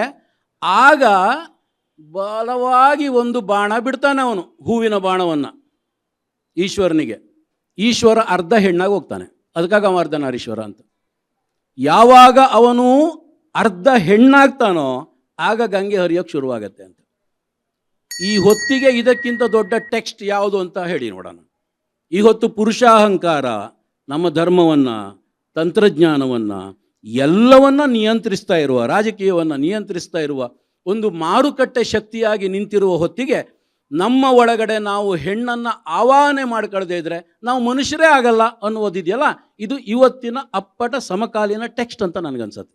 ಹಾಗಾಗಿ ವಸ್ತು ಅದು ನೋಡುವ ಕಣ್ಣಿನಲ್ಲಿದೆ, ಅರ್ಥೈಸುವಂಥ ಮನಸ್ಸಿನಲ್ಲಿದೆ ಅನ್ನೋದು ಮಾತ್ರ ಮುಖ್ಯ ಅಂತ ಅನಿಸುತ್ತೆ. ಅಂಥದ್ದನ್ನು ಯಾವುದು ಮಾಡಿ ನೋ ಪ್ರಾಬ್ಲಮ್. ಎರಡನೇದು, ಈ ಹೊತ್ತಿನ ಕಾಲ ಮಹಾಸಂಕತನಗಳ ಕಾಲ ಅಲ್ಲ, ಮಹಾಕಾವ್ಯಗಳ ಕಾಲ ಅಲ್ಲ. ನಾವು ಅರ್ಥ ಮಾಡ್ಕೋಬೇಕು. ನಾನು ಇದನ್ನು ದೂಷಿಸೋದಕ್ಕೆ ಹೇಳ್ತಿಲ್ಲ. ಇವತ್ತು ನಾವು ಓದ್ತಾ ಇರುವ ಅತ್ಯಂತ ಹೆಚ್ಚು ಕವನಗಳು, ಈಗ ನಿಮಗೆ ಗೊತ್ತಿರಬೇಕು, ರೂಮಿ ಪೋಯಮ್ಸ್ ಸಿಕ್ಕಾಪಟ್ಟೆ ಪ್ರಚಾರದಲ್ಲಿದೆ. ಪುಟ್ಟ ಕಾವ್ಯಗಳು, ವಚನಗಳು ಹೆಚ್ಚು ಪ್ರಚಾರದಲ್ಲಿದ್ದಾವೆ. ಜನ್ ಕಥೆಗಳು ಸಿಕ್ಕಾಪಟ್ಟೆ ಪ್ರಚಾರದಲ್ಲಿದ್ದಾವೆ. ಅದರ ಟೆಕ್ಸ್ಟ್ನ ಕಾರಣಕ್ಕೆ, ವಸ್ತುವಿನ ಕಾರಣಕ್ಕೆ, ಪುಟ್ಟದಾಗಿದೆ ಅನ್ನೋ ಕಾರಣಕ್ಕೆ ಮಾತ್ರ ಅಲ್ಲ. ಯಾಕೆಂದರೆ ಅದು ನಮ್ಮನ್ನು ಸಿಕ್ಕಾಪಟ್ಟೆ ತಿವಿತಾ ಇದೆ. ಇವತ್ತು ಯಾವುದೋ ಒಂದು ವಿಷಯವನ್ನು ಮೆಗಾ ಸಂಕತನವಾಗಿ ಹೇಳೋಕ್ಕೆ ಸಾಧ್ಯ ಇಲ್ಲ. ಇವತ್ತು ವರ್ಣ ಪ್ರಜ್ಞೆಯ ಕುರಿತು ಮಾತನಾಡಬೇಕು ಅಂದರೆ ಲಕ್ಷ್ಮಣನಿಗೆ ಸಿದ್ಧಲಿಂಗಯ್ಯನ ಏಕಲವ್ಯ ಮಾಡಿದ್ರೆ ಸಾಕಾಗಲ್ಲ, ಯಾವುದೋ ಒಂದು ರೂಪ ಮಾಡಿದ್ರೆ ಸಾಕಾಗಲ್ಲ. ಅಥವಾ ನಾನು ವಾರನ್ನು ಇಟ್ಕೊಂಡು, ಕೋಮುವನ್ನು ಇಟ್ಕೊಂಡು ನಾಟಕ ಮಾಡಿದರೆ ಯಾವುದೋ ಒಂದು ಟೆಕ್ಸ್ಟ್ ಇಟ್ಕೊಂಡು ಮಾಡೋಕ್ಕೆ ಸಾಧ್ಯ ಇಲ್ಲ. ಹಾಗಾಗಿ ನಾನು ಕಥೆಯನ್ನು, ಕಾದಂಬರಿಯನ್ನು, ಅಜ್ಞಾತನ ಆತ್ಮಚರಿತ್ರೆ ಅಂತ ಕಾದಂಬರಿಯ ಪುಟವನ್ನು, ಅಥವಾ ಸ್ಮಶಾನ ಕುರುಕ್ಷೇತ್ರದ ಒಂದು ಭಾಗವನ್ನು, ಪಿರಾಂಡೋಲನ ಒಂದು ಕಥೆಯನ್ನು, ಬ್ರೆಕ್ಟ್ನ ಕವನವನ್ನು ಇಟ್ಕೊಂಡು ನಾಟಕ ಕಟ್ತಾನೆ. ಯಾಕೆಂದರೆ ಇದು ಬಹುತ್ವವನ್ನು ಹೇಳೋದಕ್ಕೆ ಅನಿವಾರ್ಯ. ಈ ಕಾಲದ ಸಂಕೀರ್ಣ ಸ್ಥಿತಿ ಇದು. ಇದನ್ನು ಯಾರೇ ಮಾಡಲಿ ಈ ಕಾಲಕ್ಕೆ ಸ್ಪಂದಿಸ್ತೀವಿ ಅಂತಂದರೆ ನೀವು ಇಷ್ಟೂ ರೂಪಗಳನ್ನು, ಬಹುರೂಪಗಳನ್ನು ಧಾರಣೆ ಮಾಡ್ಕೋತಾ ನಾಟಕವನ್ನು ಕಟ್ಟಬೇಕಾಗತ್ತೆ. ಯಾಕೆ ಇವತ್ತು ಹೆಚ್ಚು ನಾಟಕಗಳು ಬರ್ತಿಲ್ಲ ಅಂತ ನೀವು ನಾರಾಯಣಸ್ವಾಮಿ ಅವ್ರನ್ನ ಕೇಳಿದ್ರಲ್ಲ, ಅದೇ ಕಾರಣಕ್ಕೆ. ಯಾಕೆಂದರೆ ನೆಮ್ಮದಿಯಾಗಿ ಕುಂತು ಯಾವುದೋ ಒಂದು ಸೆಟ್ ಆಗಿರುವ ನಾಟಕವನ್ನು ಬರೆಯೋಕೆ ಆಗ್ತಿಲ್ಲ. ಇದು ಬಹುರೂಪ ಧಾರಣೆಯ ಟೈಮ್ ಇದು. ಈ ಟೈಮಿಗೆ ನೀವು ಸ್ಪಂದಿಸಬೇಕು ಅಂತಂದರೆ ಜಗತ್ತಿನ ಎಲ್ಲ ಟೆಕ್ಸ್ಟ್ಗಳನ್ನು ಒಟ್ಟು ಮಾಡ್ಕೊಳ್ಳೇಬೇಕಾಗತ್ತೆ. ಕಡೆದಾಗಿ ಕೆ ಬೈನವರು. ಶ್ರೀಪಾದ್ ಅವರ ಹೇಳಿದ ಮಾತುಗಳನ್ನು ನಾನು ಮುಂದುವರಿಸಿ ಹೇಳೋದೇನೆಂದರೆ, ಸಮಕಾಲೀನತೆ ಅಂತಂತ ಇಲ್ಲಿ ಚರ್ಚೆ ಇಟ್ಕೊಂಡಿದ್ದಲ್ಲ, ರಂಗಭೂಮಿಗೆ ಮಾತ್ರ ಅದು ಬೈ ಇನ್ಬಿಲ್ಟ್ ಅಂತ ಹೇಳ್ತಾರಲ್ಲ, ಬೈ ಡಿಫಾಲ್ಟ್ ಅದು ಸಮಕಾಲೀನ. ಯಾಕೆಂದರೆ ನೀವು ಪ್ರಯೋಗದ ದೃಷ್ಟಿಯಿಂದ ಯೋಚನೆ ಮಾಡಿದ್ರೆ ಎಟರ್ನಲ್ ಪ್ರೆಸೆನ್ಸ್ ಅಂತ, ಎಟರ್ನಲ್ ಪ್ರೆಸೆಂಟ್ ಅಂತ ಇರುವಂಥ ಒಂದು ಆಯಾಮವನ್ನು ಒಳಗೊಂಡಿರುವಂಥ ಲಕ್ಷಣವೇ ರಂಗಭೂಮಿಯ ಮುಖ್ಯವಾದ ಲಕ್ಷಣ. ಅದರಿಂದ ಅಲ್ಲಿ ಬೇರೆ ಸಾಹಿತ್ಯ ಪ್ರಕಾರಗಳಿಲ್ದಂಗೆ ಭೂತ, ಭವಿಷ್ಯತ್, ವರ್ತಮಾನ ಅಂತ ಇರಲ್ಲ. ಇದು ವರ್ತಮಾನ ಅಷ್ಟೇ. ಯಾಕೆಂದರೆ ಕುಳಿತು ನೋಡ್ತಿರುವಂಥ ಪ್ರೇಕ್ಷಕ, ಅದನ್ನು ಅಭಿನಯಿಸ್ತಿರುವಂಥ ವ್ಯಕ್ತಿ ಎಲ್ಲ ಕೂಡ ಯಾವ ಕಾಲದ್ದಾದರೂ ಮಾಡಿದ್ರು ಕೂಡ ಅವರು ಜೀವಂತವಾಗಿ ಆ ಗಳಿಗೆಯಲ್ಲಿ ನಮ್ಮ ಮುಂದೆ ಮಾತಾಡ್ತಿರ್ತಾರೆ. ನಾವು ಅವ್ರನ್ನ ಅನುಮಾನಿಸದೆ ನೋಡ್ತಾ ಇರ್ತೀವಿ. ಸೀತೆ ಪಾತ್ರ ಮಾಡ್ತಿರೋ ಇವು ಸೀತೆನೆ ಅಂತ ನಾವು ನೋಡ್ತಿರುವಾಗ ಅದು ಭೂತದ್ದಾದರೂ ಕೂಡ ವರ್ತಮಾನವಾಗಿ ನಮ್ಮ ಮುಂದೆ ಸಂಮೋಹನಕ್ಕೆ ಒಳಗಾಗ್ತಾ ಇರುತ್ತೆ. ಇದು ಬರವಣಿಗೆ ಸಂದರ್ಭದಲ್ಲೂ ಕೂಡ ಕೆಲಸ ಮಾಡುತ್ತೆ ಅನಿಸುತ್ತೆ. ನಾನೇ ನನ್ನ ಈಗ ಇತ್ತೀಚೆಗೆ ನಾವು ಮಾಡಿದ ಜಯಶ್ರೀ ಅವರು ನಿರ್ದೇಶನ ಮಾಡಿದ ಪಾರಿಜಾತ, ಉತ್ತರ ಕರ್ನಾಟಕದಲ್ಲಿ ಬಹಳ ಪ್ರಸಿದ್ಧವಾದಂಥ ಒಂದು ಪಾರಿಜಾತದ ಪರಂಪರೆಯ ಸಣ್ಣಾಟದ ಒಂದು ಭಾಳ ಶ್ರೇಷ್ಠವಾದ ಪರಂಪರೆ. ಅದು ಬಹುಶಃ ಅದೆಷ್ಟು ಅದರ ರೂಪಗಳಿವೆ ಅಂತಂದರೆ ಊಹೆ ಮಾಡೋಕ್ಕೆ ಸಾಧ್ಯವಿಲ್ಲ. ಸೊ ಅದನ್ನು ಇವತ್ತು ಅದು ತುಂಗಭದ್ರೆ ದಾಟಿರಲಿಲ್ಲ. ತುಂಗಭದ್ರೆಯನ್ನು ದಾಟದ ಒಂದೇ ಒಂದು ಕಥೆ ಅಂತಂದರೆ ಈ ಪಾರಿಜಾತ. ಸೊ ಆ ಪಾರಿಜಾತವನ್ನು ತುಂಗಭದ್ರೆಯಿಂದ ಈಚೆ ತಗೊಂಬಂದು ನಾವು ಮಾಡೋಕ್ಕೆ ಹೊರಟಾಗ, ಸೊ ಅದು ನಿಮಗೆಲ್ಲ ಗೊತ್ತಿರುವಂಥ ಅದು ಒಂದು ಪುರುಷ ಅಹಂಕಾರವನ್ನು ಮತ್ತೆ ಮೆರೆಯುವ, ಆರಾಧಿಸುವ ಒಂದು ಕಥನ ಅದು. ಶ್ರೀಪಾದ ಹೇಳಿದಂತೆ ಯಾರೇ ಮಾಡೋಕೆ ಹೋದರೂ ಕೂಡ ಅದು ಇವತ್ತು ಅದನ್ನು ಕಳೆದುಕೊಂಡ ಈ ಸಂಗೋಪನೆಯ ಹೆಣ್ಣಿನ ಜಗತ್ತನ್ನು ಒಳಗೆ ಆಹ್ವಾನ ಮಾಡ್ಕೊಳ್ಳದೆ ಅದು ರೂಪುಗೊಳ್ಳಕ್ಕೆ ಸಾಧ್ಯ ಇಲ್ಲ. ಹಾಗಾಗಿ ಅದು ಹೂವಿನ ಕಥೆಯಾಗಿ ಉಳಿಯೋಕ್ಕಾಗದೆ ಅದು ಹುಡುಗಿಯ ಕಥೆಯಾಗಿ ಪರಿವರ್ತನೆ ಆಗೋಯ್ತು. ಸೊ ಹಂಗಾಗಿ ಇವತ್ತು ನಾವು ಎಲ್ಲ ಕಥೆಗಳಿಗೂ ಬೇರೆ ಸಾಹಿತ್ಯ ಪ್ರಕಾರಗಳಲ್ಲಿ ನೀವು ಸಾಮಾಜಿಕ ನ್ಯಾಯ ಮತ್ತು ಸಮಾನತೆ, ಆಶಯ ಇಂಥವುಗಳನ್ನು ಮರೆಮಾಚಿ ಬರೆಯಬೋಕ್ಕೆ ಅವಕಾಶಗಳಿದೆ. ಆದರೆ ರಂಗಭೂಮಿಯಲ್ಲಿ ಅದನ್ನು ಮಾಡೋದಕ್ಕೆ ಸಾಧ್ಯ ಇಲ್ಲ. ಸೊ ಯಾಕೆಂದರೆ ಇದರಲ್ಲಿರುವಂಥ ಒಂದು ಧ್ವನಿ ಅದು ನಿಮಗೆ ತನ್ನ ಎಲ್ಲ ಒಳಗುಟ್ಟುಗಳನ್ನು ಈಚೆಗೆ ತೋರಿಸ್ತಾ ಇರುತ್ತೆ, ಒಳಗಾಯಗಳನ್ನು ತೋರಿಸ್ತಾ ಇರುತ್ತೆ. ಅದರಿಂದ ಇಲ್ಲಿ ಬಚ್ಚಿಡೋದಕ್ಕೆ ಸಾಧ್ಯವಿಲ್ಲ. ಅದರಿಂದ ಈಗ ಸಾಮಾಜಿಕ ನ್ಯಾಯ, ಜವಾಬ್ದಾರಿ ಇಂಥವೆಲ್ಲವೂ ಕೂಡ ಈ ರಂಗಭೂಮಿಯ ಆಕೃತಿಗಳ ಒಳಗೆ ಕನ್ನಡದಲ್ಲಿ ಶೋಧಿತವಾಗ್ತಾ ಇವೆ. ಈ ಹೊಸ ತಲೆಮಾರಿನ ಯಾರು ನಿರ್ದೇಶಕರಿದ್ದಾರೆ ಅವರು ಅದನ್ನು ಒಂದು ಹೊಸ ರಂಗ ರೂಪದ ಮೆಟಫರ್ನ, ಥಿಯೇಟ್ರಿಕಲ್ ಮೆಟಫರ್ ಒಂದನ್ನು ಹುಡುಕ್ತಾ ಇದ್ದಾರೆ ಅಂತ ನನಗನ್ನಿಸುತ್ತೆ. ಅದಕ್ಕೆ ಶಕೀಲ್ ಅಹ್ಮದ್ ಅಂತಿರ್ಬೋದು ಅಥವಾ ನಮ್ಮ KP ಲಕ್ಷ್ಮಣ ಅಂತವ್ರು ಇರಬಹುದು, ಇವರು ಒಂದು ಭರವಸೆಯ ವ್ಯವಸಾಯವನ್ನು ಮಾಡ್ತಿದ್ದಾರೆ. ಸೊ ಲೀಲೆಯಲ್ಲಿ ಯಾವುದೂ ವಿಫಲವಲ್ಲ ಅಂತ ಬೇಂದ್ರೆಯವರು ಹೇಳಿದ ಹಾಗೆ ರಂಗಭೂಮಿಯಲ್ಲಿ ಮಾತ್ರ ಈ ನಿರಂತರವಾದಂಥ ಲೀಲೆ ನಡೀತಿರುತ್ತೆ. ಆ ಲೀಲೆಯ ಭವಿಷ್ಯತ್ತು ಏನು, ಪ್ರೇಕ್ಷಕರ ಜೊತೆ ಅದು ಯಾವ ರೀತಿಯಾದ ಮುಂದಿನ ಹೆಜ್ಜೆ ಇಡುತ್ತೆ ಅನ್ನೋದನ್ನು ಮಾತ್ರ ನಾವು ಕಾದು ನೋಡಬೇಕಾಗಿದೆ. ಈ ಅವಕಾಶವನ್ನು ಮಾಡಿಕೊಟ್ಟು 2 ಸಾರಿ ಬೆಲ್ ಹೊಡೆದ್ಬಿಟ್ಟಿದ್ದಾರೆ. 3ನೇ ಬೆಲ್ಗೆ ನಾಟಕ ಶುರು ಆಗಬೇಕು, ನಮ್ಮಲ್ಲಿ ನಾಟಕ ಮುಗಿಬೇಕು, ಅಂದರೆ ನಮ್ಮ ಆಟ ಇಲ್ಲಿ ಮುಗಿಬೇಕು. ಅವ್ರು 3ನೇ ಬೆಲ್ ಹೊಡೆಯೋಕ್ಕೆ ಅವಕಾಶ ಕೊಡದೆ ಸೊ ಬುಕ್ ಬ್ರಹ್ಮದವರಿಗೆ ನಿಮ್ಮೆಲ್ಲರೂ ಕೂಡ ನಾನು ಕೃತಜ್ಞತೆಗಳನ್ನು ಸಲ್ಲಿಸ್ತಾ ಇದ್ದೇನೆ. ಇಷ್ಟೊತ್ತು ಸಂವಾದದಲ್ಲಿ ಭಾಗಿಯಾದಂಥ KYN ಅವರು, ಅಕ್ಷತಾ ಪಾಂಡುಪುರ ಅವರು ಮತ್ತು ಶ್ರೀಪಾದ್ ಭಟ್ ಅವರಿಗೆ ನಮಸ್ಕರಿಸಿ ಇಲ್ಲಿಗೆ ಮುಗಿಸ್ತೀವಿ. ಈ ಕಾರ್ಯಕ್ರಮದ ಪ್ರಾಯೋಜಕತ್ವವನ್ನು ವಹಿಸಿಕೊಂಡಂಥವರು ಆಂದೋಲನ ಸಂಸ್ಥೆಯವರು.